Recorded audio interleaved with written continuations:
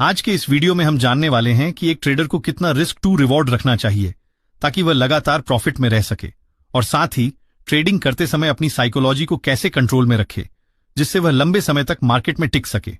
ये वीडियो बहुत ही सिंपल लेकिन बेहद पावरफुल होने वाली है, इसलिए इसे अंत तक ध्यान से देखिए क्योंकि वीडियो के आखिर में मैं आपसे कुछ जरूरी सवाल पूछूंगा जिनसे ये समझ पाएंगे कि आपने अभी तक ट्रेडिंग को कितनी गहराई से समझा है। सबसे पहले बात करते हैं कि एक ट्रेडर को कितना रिस्क टू रिवॉर्ड रखना चाहिए।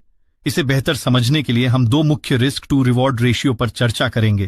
पहला है 1:1 रिस्क टू रिवॉर्ड रेशियो। इसका मतलब है कि आप जितना प्रॉफिट टारगेट रखते हैं उतना ही स्टॉप लॉस भी लगाते हैं। जैसे मान लीजिए आप किसी चार्ट को देखकर एंट्री लेते हैं और आपको लगता है कि यहां से मार्केट ऊपर जा सकता है, तो आप ट्रेड में एंटर करते हैं और टारगेट 1000 रुपए का रखते हैं, तो आपको 1000 रुपए का ही स्टॉप लॉस भी रखना पड़ेगा। अब इस तरह के रिस्क टू रिवॉर्ड रेशियो पर काम करने के लिए आपकी ट्रेडिंग एक्यूरेसी कम से कम 60% होनी चाहिए।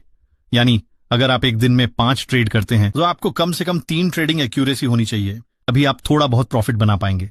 मान लीजिए आपने 2 ट्रेड्स में लॉस किया यानी 2000 का नुकसान हुआ, और फिर आपने 3 ट्रेड्स में 3000 का प्रॉफिट बनाया, तो नेट प्रॉफिट हुआ केवल 1000 रुपए।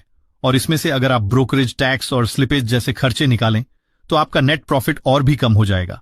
इसलिए अगर आप ऑप्शन ट्रेडिंग करते हैं जैसे कि निफ्टी या बैंक निफ्टी में, तो 1:1 रिस्क टू रिवॉर्ड रेशियो पर काम करना लॉन्ग टर्म में फायदेमंद नहीं होता, क्योंकि ऐसा करने से आप दिन में कई बार छोटे छोटे ट्रेड्स लेने लगते हैं जिससे ओवर ट्रेडिंग होती है और लॉस का चांस बढ़ जाता है। साथ ही इसका सीधा असर आपकी ट्रेडिंग साइकोलॉजी पर भी पड़ता है।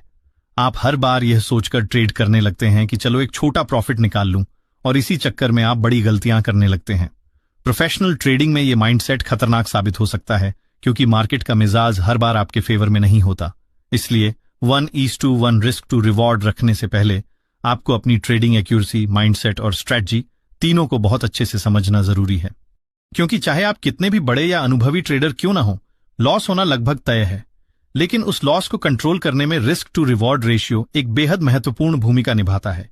अगर आप अपने रिस्क और रिवॉर्ड को सही तरीके से मैनेज नहीं कर पाते तो आप ट्रेडिंग में कितनी भी बार प्रॉफिट कर लें, लॉन्ग टर्म में आप लॉस में ही रहेंगे।